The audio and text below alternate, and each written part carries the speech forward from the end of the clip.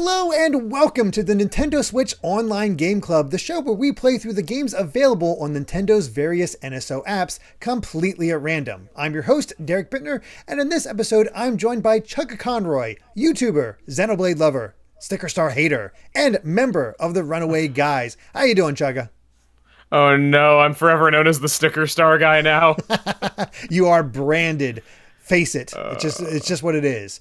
And, of course, NintendoCapriSun, YouTuber, streamer, and another member of the Runaway Guys, the heart, the soul. Welcome, Tim. How you doing? Excellent. How about yourself? I'm doing quite well, and as you're likely both aware, there are now over 200 games across the NSO, and while some are widely known like Super Mario Bros. And Zelda, there are some odd picks that could be hidden gems. We honestly don't know. So what we do is enter all those games into a randomizer, pick one, and then give our initial thoughts. And this week, the Wheel of Games has chosen Target Earth for the Sega Genesis. What do we know about Target Earth for the Sega Genesis? The title's really hard to say. I hope they don't fire. Oh no, that's not good. Yeah, I'm in the same boat. I know nothing about this game. I don't think anybody in the chat has really heard anything about this game.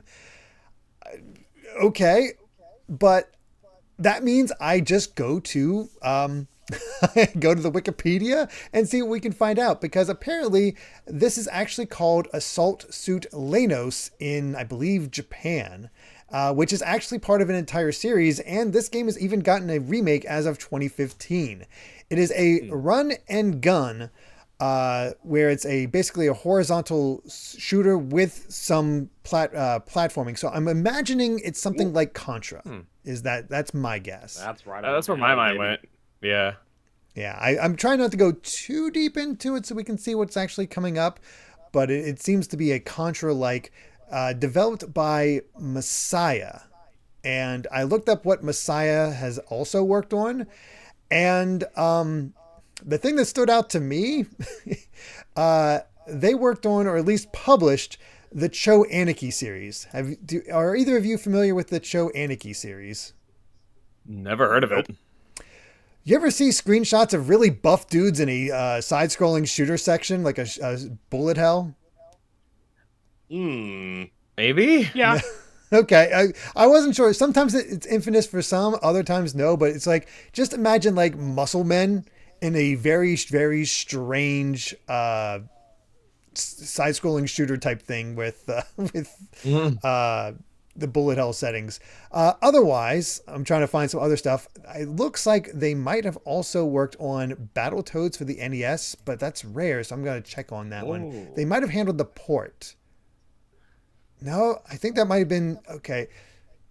I don't know. It's not coming up. It's very weird. It's very all over the place as far as what Messiah has done, for sure. It seems like they also worked on an RPG series called Landgracier on the Sega Saturn and PlayStation. So we're kind of very much in unknown territory. Yeah, that they published. Good place to be. Yeah. Yeah, I got nothing. And here I was hoping I'd get Earthbound or Paper Mario, and I've already just played it earlier this year. At the very least, it's only 8 stages. So it's not like it's going to be a super long game theoretically, but it also might be a super difficult game. Yeah, that's kind of what I'm thinking. I'm not sure, but how familiar are you with Contra at the very least? If it does play like that, I can beat it in one life. Yeah, Dang. Tim's really good. I've played it before and gotten a few stages in, but that's about it. Yeah, I might have played it a while ago, but I can't remember.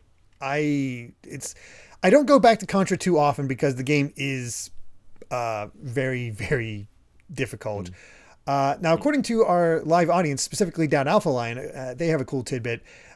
This was made part of NSO and the same wave as Mega Man: The Wily Wars and Zero Wing, which is the all your base. All your base. Yeah.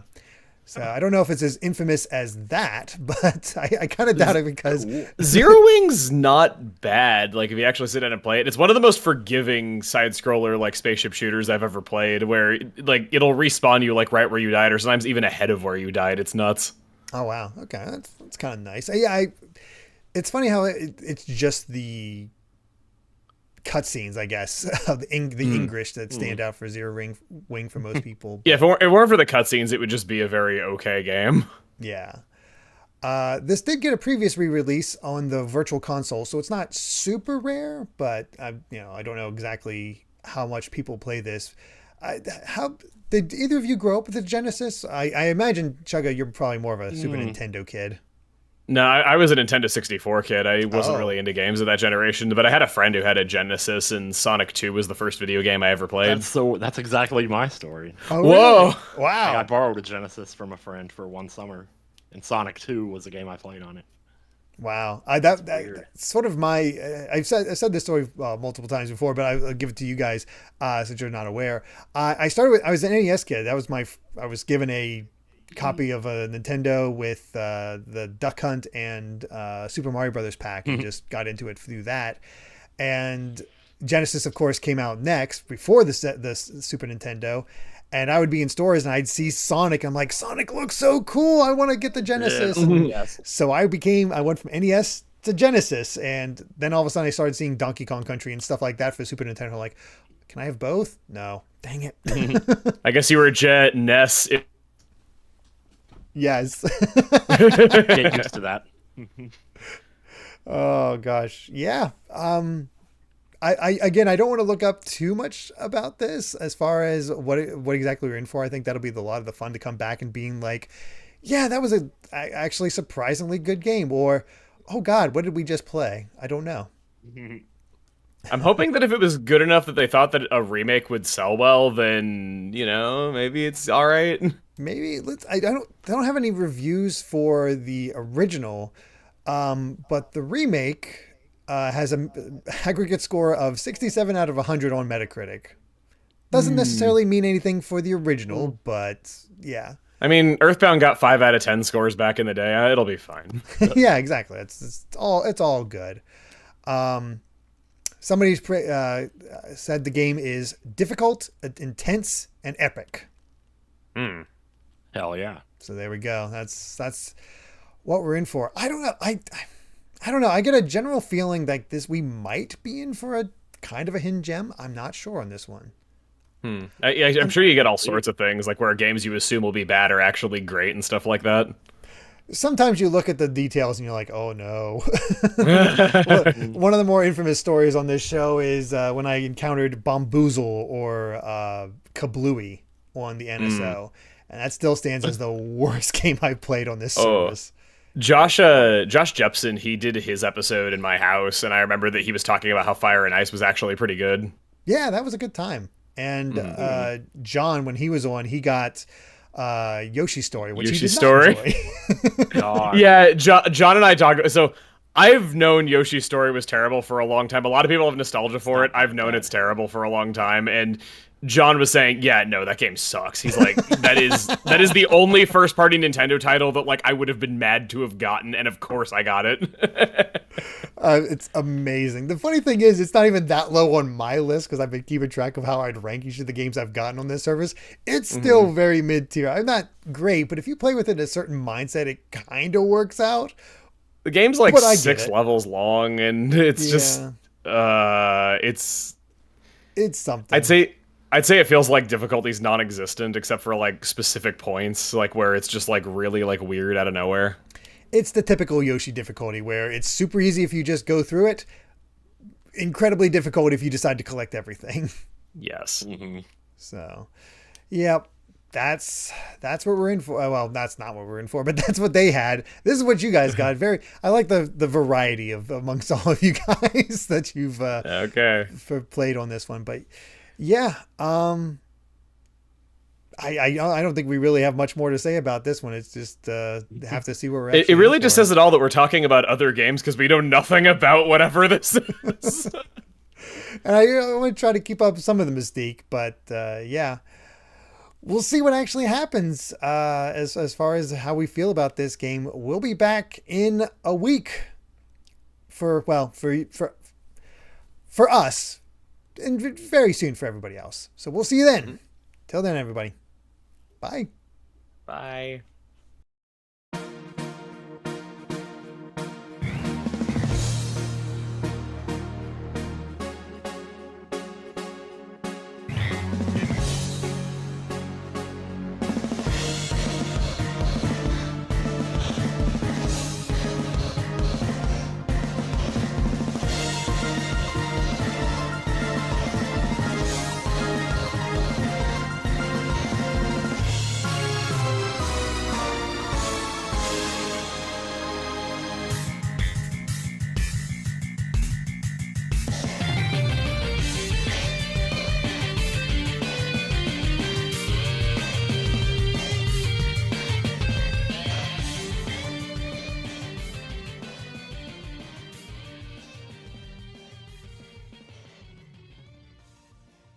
And we're back after a week of playing Target Earth for the Sega Genesis. And a week?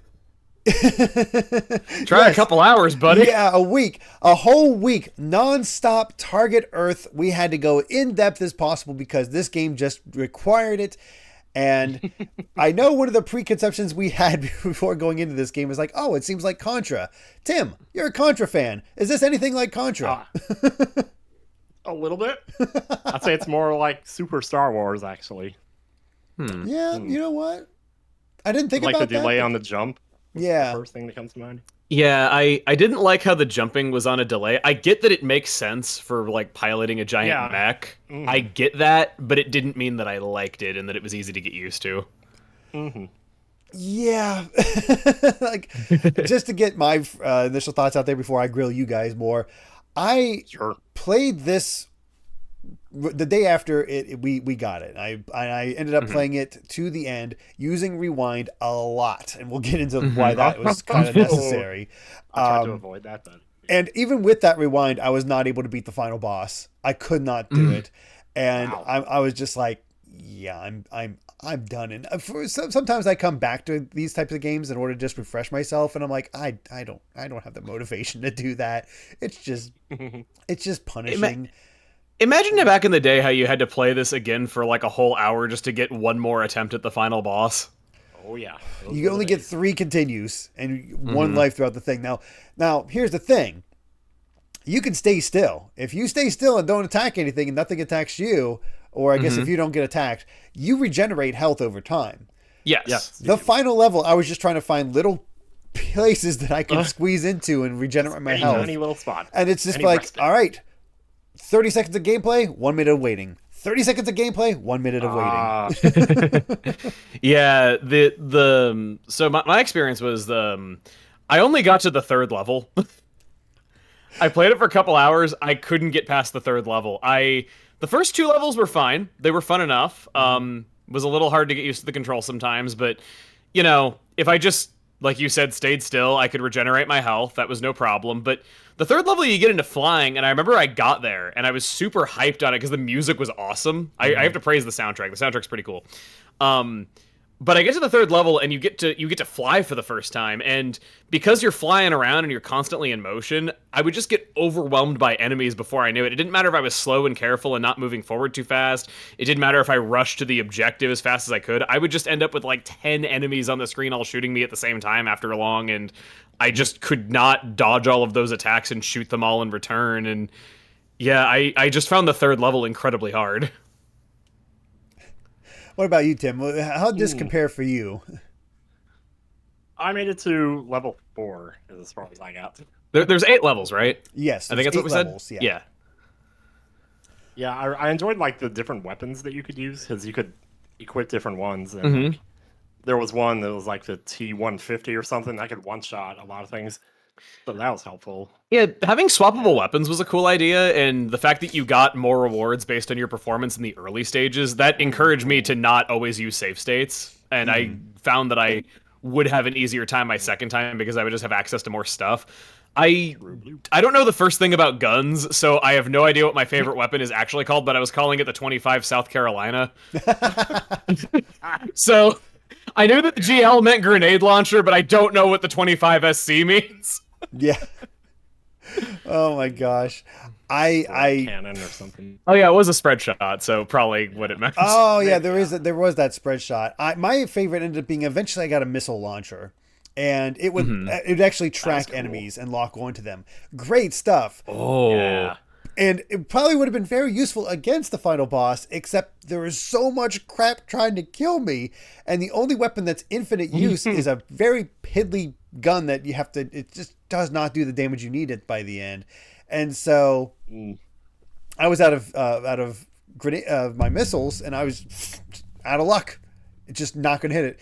And I'll describe the final boss later. But so you guys decided not to rewind at all, or you just went through it straight? I'm curious about that. I save stated sometimes, usually at the beginning of levels. That's what I did. It's the beginning of levels. I did start over from the beginning a couple times because I realized that, I'm getting better stuff because my performance was better in the early levels. So I probably want to get good at these early, have a better chance in the later ones. And then I realized I can't beat this third level. It takes a while. For the third level, it's really figured it out. But Oh. Maybe you'll have to show me that. The momentum and how I would find myself flying one way and shoot the opposite direction, hit stuff coming behind me. And then there was like the fireworks weapon. You could just move in, throw it at the boss, and then move back away. And I don't know. That's how I did it. I don't know. Oh. Yeah. That's the interesting thing about this game is I think it's one of those that requires, one, you to be really into it, and two, just experiment with those weapons and just see what works best in which area and how to best use those weapons for each specific spot, and really nail down what each boss requires and how to get through it, because the levels overall are really short. Also, really obtuse on how to beat some of them. It's not just go left to right a lot of the times. It's complete this objective that you only vaguely know what's going on, and congratulations, you did it.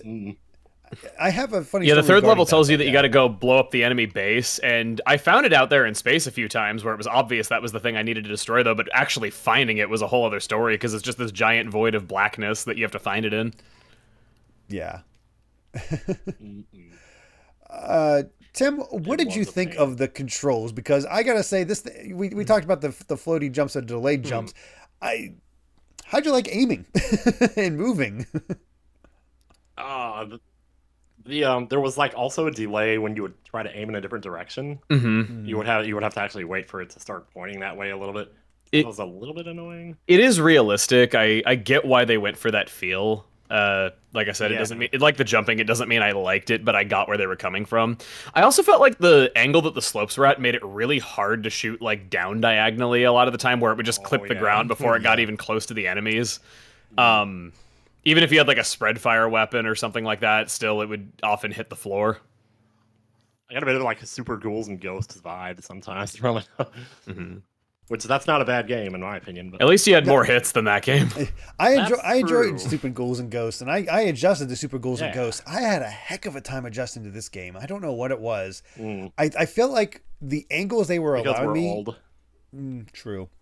The angles they were allowing me were often just the angles I didn't need, or just I don't know. Just I had so much trouble aiming at what I wanted to get. It's just off at all times, and I just.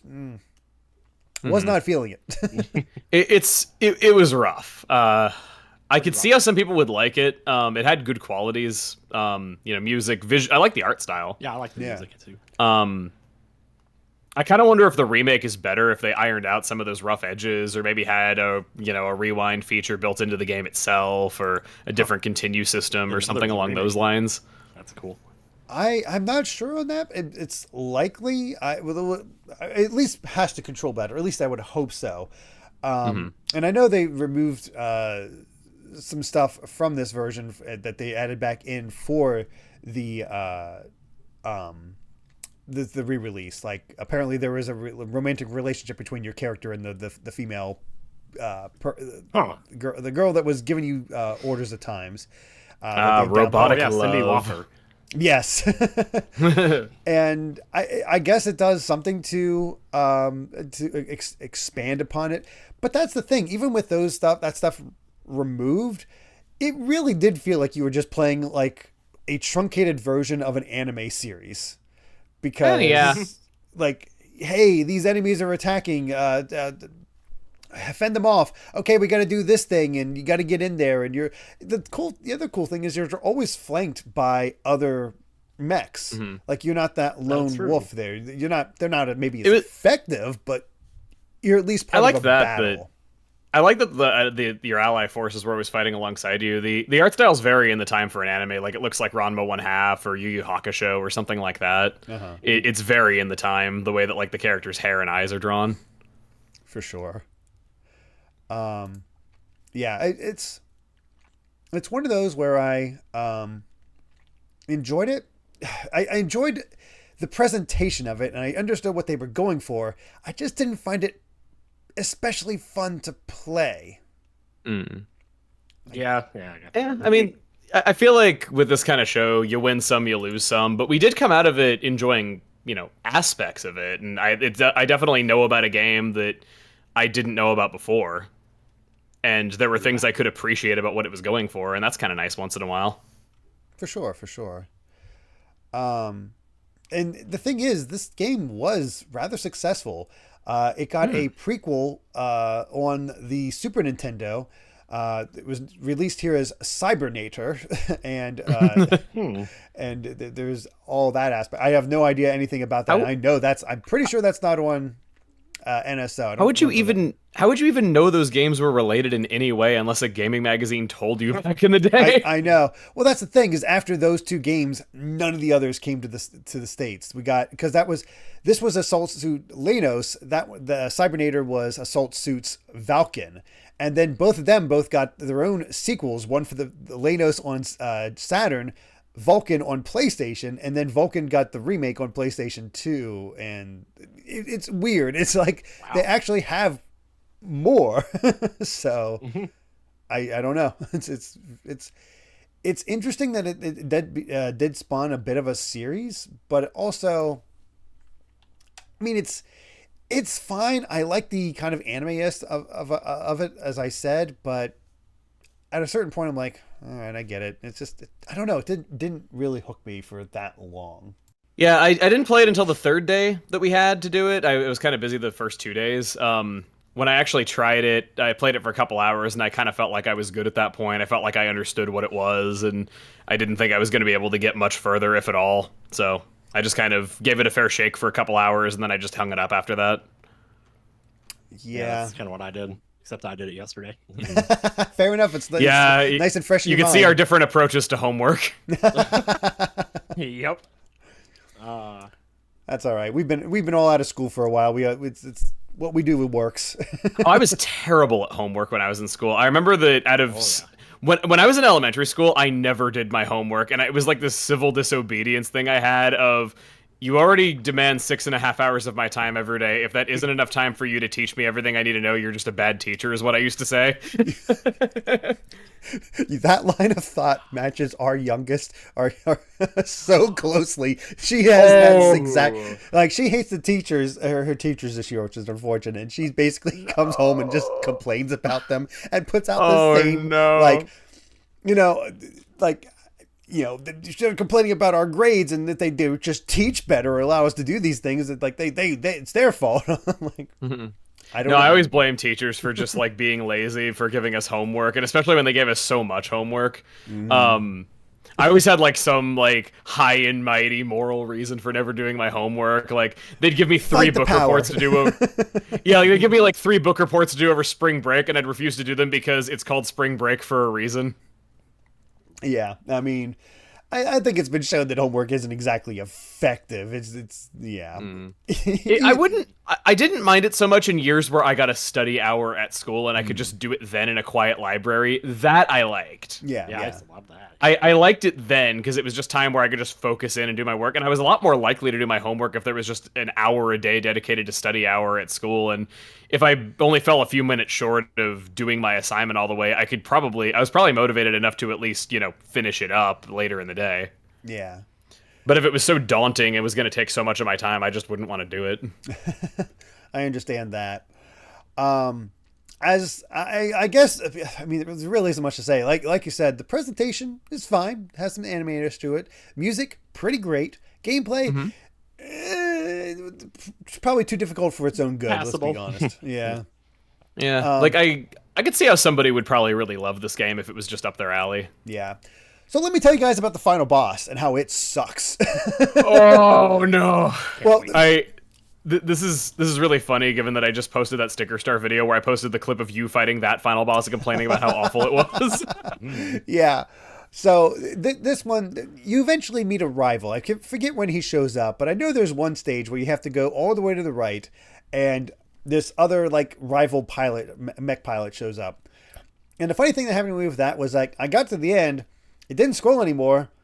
I'm like, do I have to kill all the enemies? So I backtracked to the beginning of the level, killing enemies that I missed along the way. And when I was at the very beginning of the level, I got the dialogue box saying, "Aha, I'm here. How dare you fight our men?" And, you know, the typical boisterous ass stuff.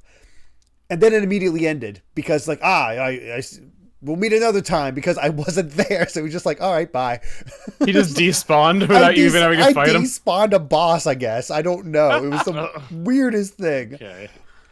But he shows up another time, and I actually did fight him. But then he finally shows up as a final boss, and he has this hugely upgraded mech, and you're in it's a flying section, sort of like the third level. Now the thing is, he is so much more powerful here, where he has two attacks. One is an energy beam that is super quick, bursts out from the top, has pretty wide range, and just sweeps around him. Just a clock motion around him. You get hit by that, half your health gone. And then his other attack is more long range. He sends out 6 missiles, tightly packed at first, but that's spread out, so you have to be away. And you get hit by one of those, quarter of your health gone. And trying to dodge that, maintain health, and get close enough you can hit him, but also stay far enough away. Like, you were trying to do these hit and run tactics, and you're stuck in this just small-ish square box fighting him. And the arena sucks, and it is awful. Like, I was using rewind functionality, and I could not do it.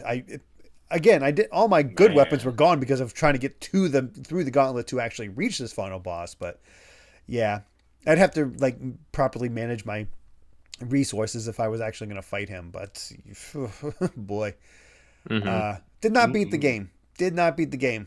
Did not like that boss. So, well, sounds like one of those you would almost have to have weapons with you when you got there. Yeah. You probably have to plan the whole playthrough around it, like not use your good weapons on earlier stages, or make sure that you earn the good weapons before you... Maybe earn the good weapons, because you do restock on your... levels.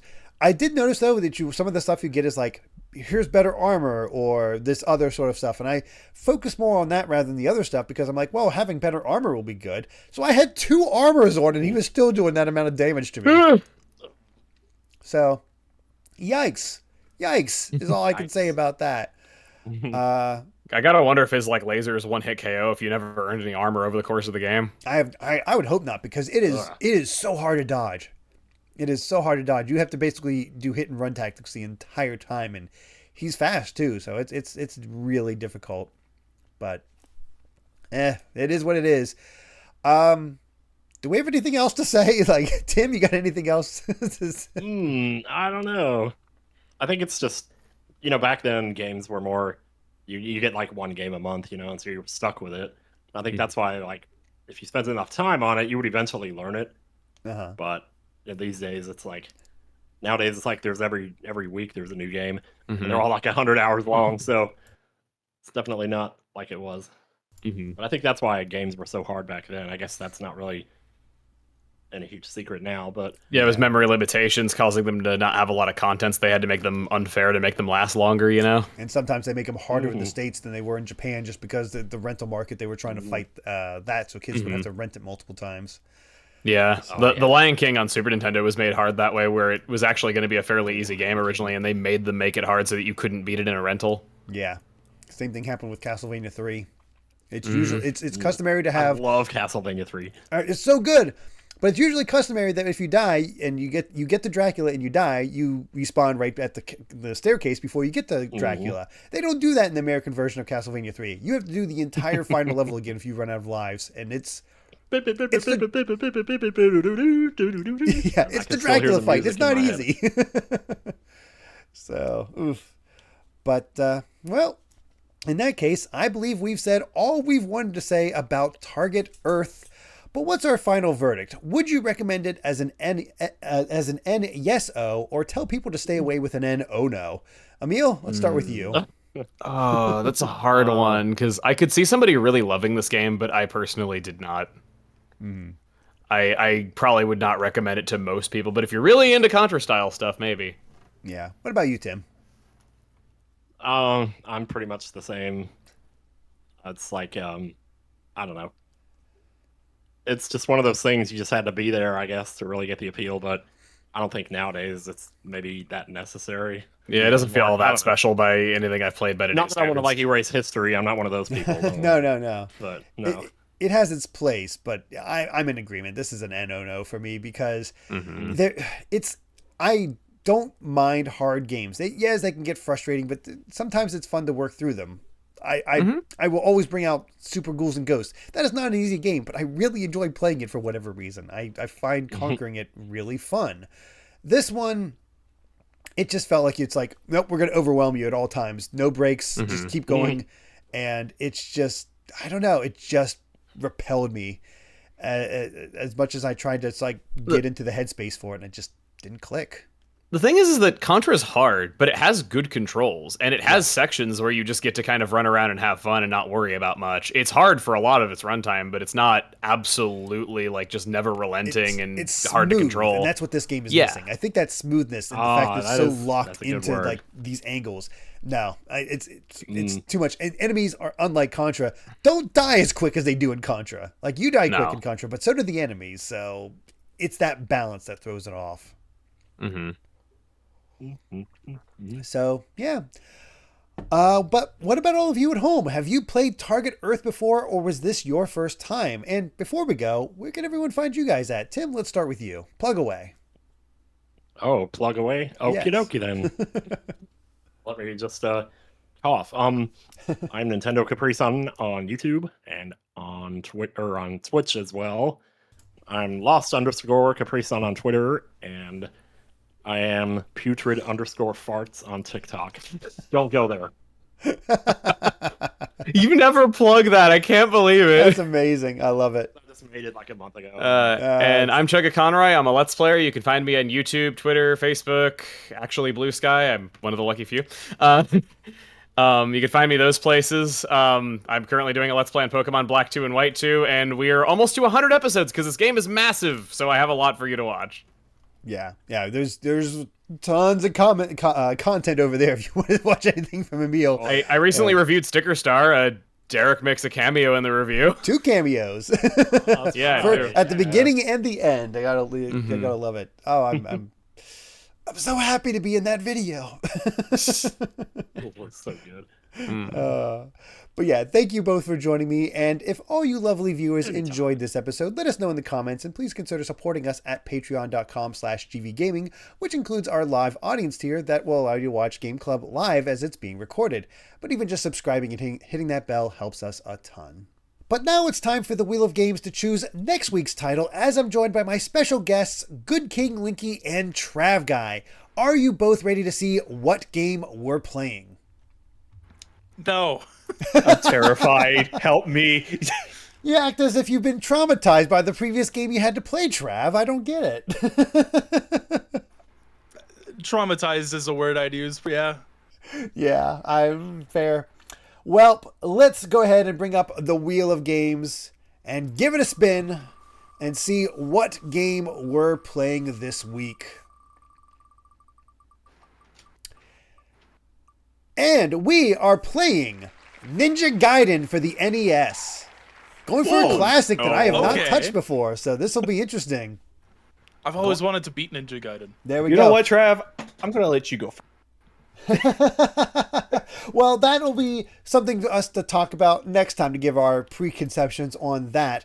But for now, that is what we're going to be covering. We'll be covering Ninja Gaiden on the NES, but we'll have 2 weeks to do it because I won't have time to edit it for before Christmas. So we're going to give ourselves 2 weeks for this game to actually beat this notoriously difficult Nintendo game.